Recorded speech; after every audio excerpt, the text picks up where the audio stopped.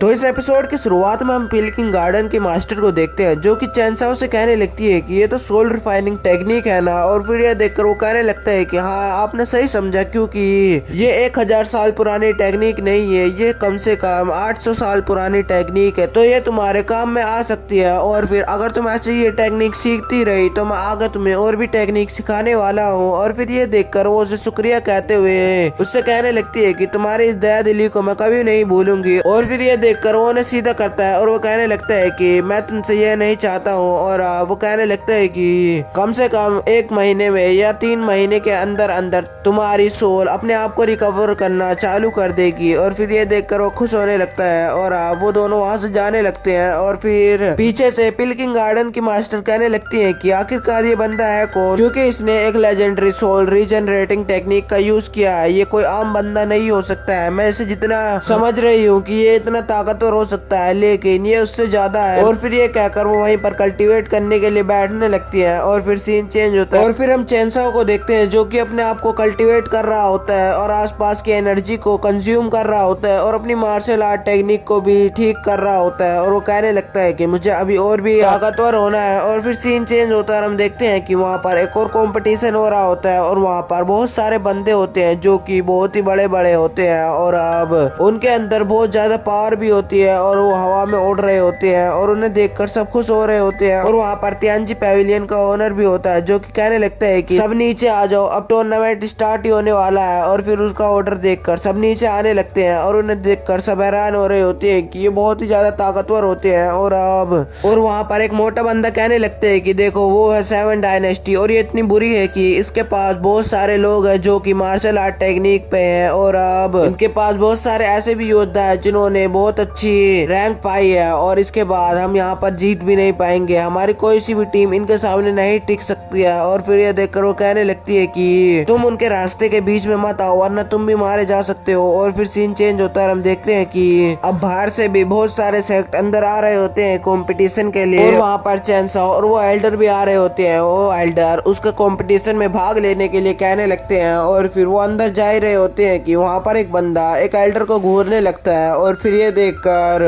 वो एल्डर चैनसाओ से कहने लगते हैं कि ये बहुत ही ज्यादा ताकतवर है और इससे तुम नहीं निपटना तो ये तुम्हारे लिए सही रहेगा। और फिर ये देखकर और वो सब अंदर जाने लगते हैं तो एक बंदा कहने लगते हैं कि तुम तो बहुत भूले हो, तुम यहाँ पर कंपटीशन में भाग नहीं ले सकते हो। और फिर ये देखकर वो एल्डर कहने लगते हैं कि मैं यहाँ पर भाग लेने नहीं आया हूँ, ये बंदा और इसके 2 साथी यहाँ पर भाग लेंगे। और फिर ये देखकर वो कहने लगते हैं कि तो कमजोर लोगों भी यहाँ पर भाग लेना चालू कर दिया है। और फिर ये देखकर उस एल्डर को गुस्सा आने लगता है और वहाँ पर तियानजी पैविलियन का ओनर आता है और वो कहने लगता है कि इस बंदे को इस कंपटीशन में भाग लेना है तो इसे लेने दो, तुम इसके बीच में क्यों आ रहे हो, तुम यहाँ से इन्हें अंदर जाने दो। और फिर पीछे वो दोनों उसी बंदे को देखने लगते हैं और वो कहने लगते हैं कि अगर ये चाहते हैं कि ये इस कंपटीशन में हिस्सा ले तो इन्हें आने दो, बाद में ये भागे ना, बस ये देख लेना। और फिर ये देखकर वो बंदा कहने लगता है कि अगर तुम खुद ही भागने की कोशिश करोगे तो मैं तुम्हें भागने नहीं दूंगा, मैं तुम्हें यही गाड़ कर रख दूंगा। और फिर ये देखकर निगू उसे मारने के लिए आगे बढ़ने लगता है, लेकिन चैनसाओ उसे रोकता है। और फिर ये देखकर उस बंदे को गुस्सा आने लगता है और वो उस पर हमला करने के लिए आगे बढ़ने लगता है, लेकिन चैनसाओ वहीं खड़ा होता है और वहाँ पर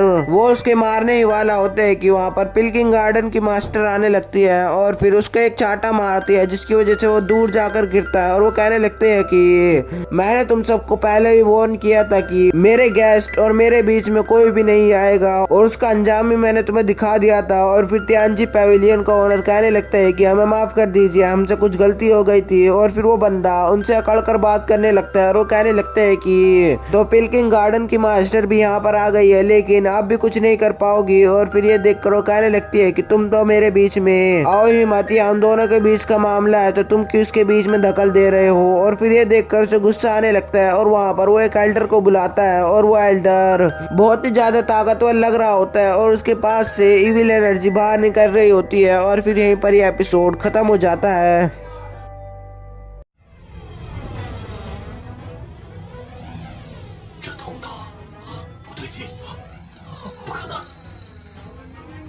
天机盘显示，天魔秘境在18年前曾被打开过，因而此次的通道只有往前80%大小。